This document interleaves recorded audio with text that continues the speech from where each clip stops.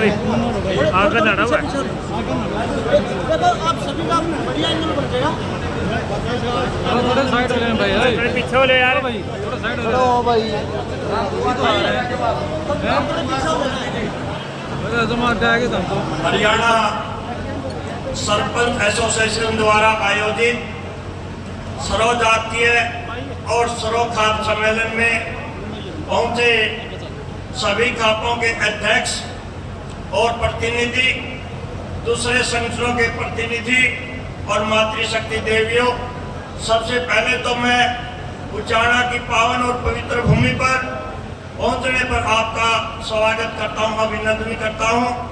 वैसे तो ये 4 मुद्दे जिसमें सभी खापों ने अपने विचार व्यक्त करे हैं कि मैं कहना चाहता हूं कि भारत संस्कारों और संस्कृति का देश है।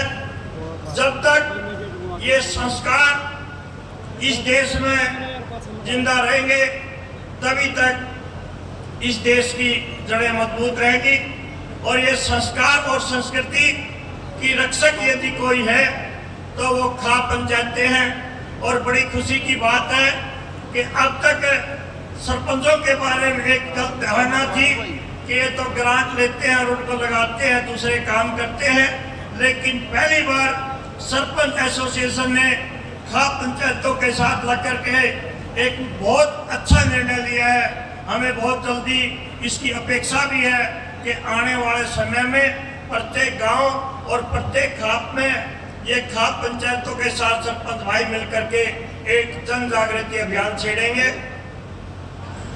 हमारे जो मुख्य मुद्दे थे वो सभी साथियों ने बता दिए कि पहले हर गांव में चाचे, ताऊ, दादे, भाई रहा करते, लेकिन आज जो परिपाटी चल रही है उसमें तो उनकी जगह साले बड़ोए, मामे फूफे पैदा हो जाएंगे।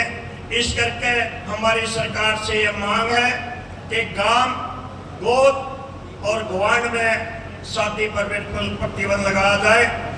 और एक विषय है लव मैरिज, और ये गलत धारणा फैला रखी है कि खाप पंचायतें लव मैरिज का विरोध करती है। ये बिल्कुल गलत है। खाप पंचायतें लव मैरिज का तो विरोध नहीं करती, लेकिन खाप पंचायतें ये कहती है कि लव मैरिज में माता पिता की सहमति जरूरी होनी चाहिए। सभी इस बात के साक्षी हैं और मानते हैं कि कोई भी माँ बाप कभी भी अपने बच्चों का बुरा नहीं कर सकता, इसलिए माँ बाप की सहमति बहुत जरूरी है। तीसरी, एक नई बीमारी पैदा होगी, लिव रिलेशन, शादी किसी से, बच्चे किसी के, एक बार हो जाए फिर पता नहीं वो 3 बच्चा की माँ हो जाए, फिर चौथा क्या बिक जाए। इसमें सोचने वाली बात ये है कि वे जो बच्चे 3-3 4-4 जगह पर पैदा होंगे, कौन उनके तो बाप का नाम देगा, कौन उनको शिक्षा देगा, कौन उनको संपत्ति में से अधिकार देगा। इसलिए सरपंच एसोसिएशन और खाप पंचायतों की ये मांग है कि लिव रिलेशन पर तो बहुत सख्ती से प्रतिबंध लगाया जाए। चौथी मांग, एक नई बीमारी पैदा होगी जिसकी हमारे बुजुर्ग थी तो शब्द नहीं सुना था, समलैंगिकता। जो काम जो अप्राकृतिक करते पशु भी नहीं करते वो आज का इंसान करने लग गया। यानी आदमी आदमी का ब्याह करे है, औरत औरत का ब्याह करे है। बिल्कुल ये समाज कहा जाएगा।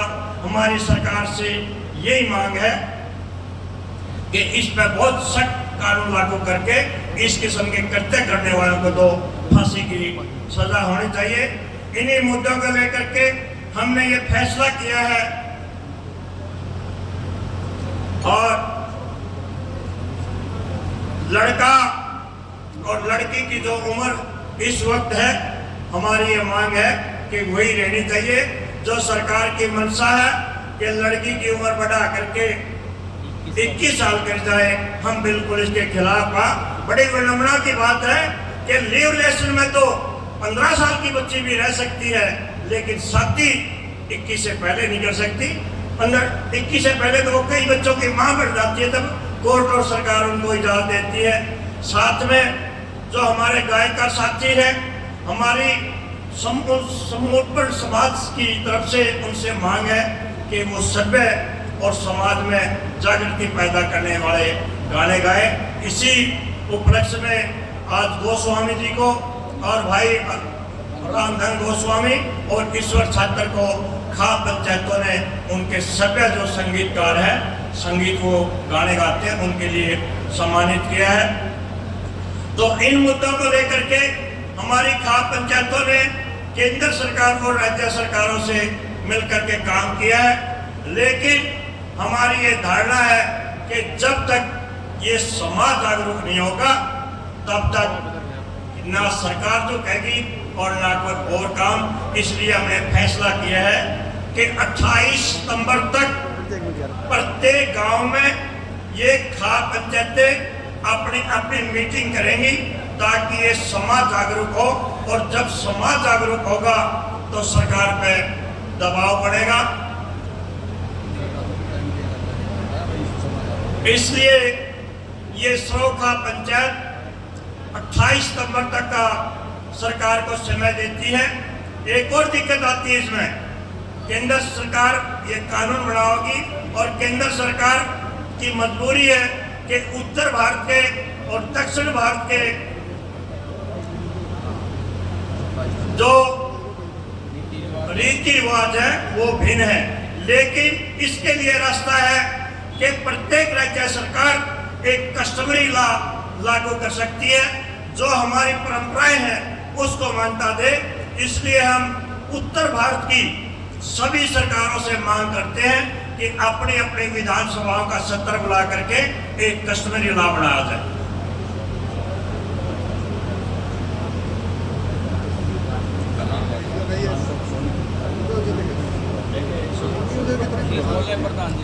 तो हम राज्य सरकार से अनुरोध भी करते हैं और अल्टीमेटम देते हैं कि 27 सितंबर तक राज्य सरकार विधानसभा में एक कस्टमरी लॉ लेकर करके आए।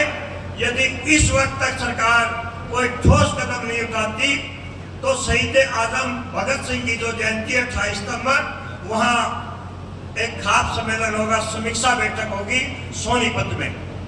तो उसमें समीक्षा बैठक में प्रत्येक खाप अपनी समीक्षा रिपोर्ट भी देगी कि हमने कितना कार्य किया, और तब तक हम जनमत द्वारा अपने अपने प्रतिनिधियों पर दबाव बनाएंगे कि आप एक कश्मीरी लॉ बनाने का दबाव अपने पार्टियों पर बनाएं।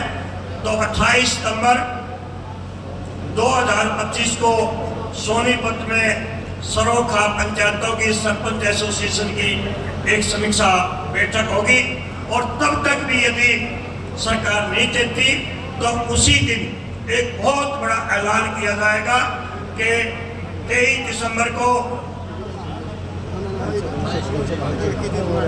तो यही है कि 28 सितंबर शहीद आजम भगत सिंह की जयंती पर सोनीपत में एक महापंचायत होगी और उसमें आगे रणनीति घोषित की जाएगी।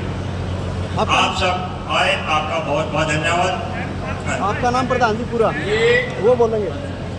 मैं रघुवीर नैन, प्रधान सर्व जातीय विनयन खान। Thank you.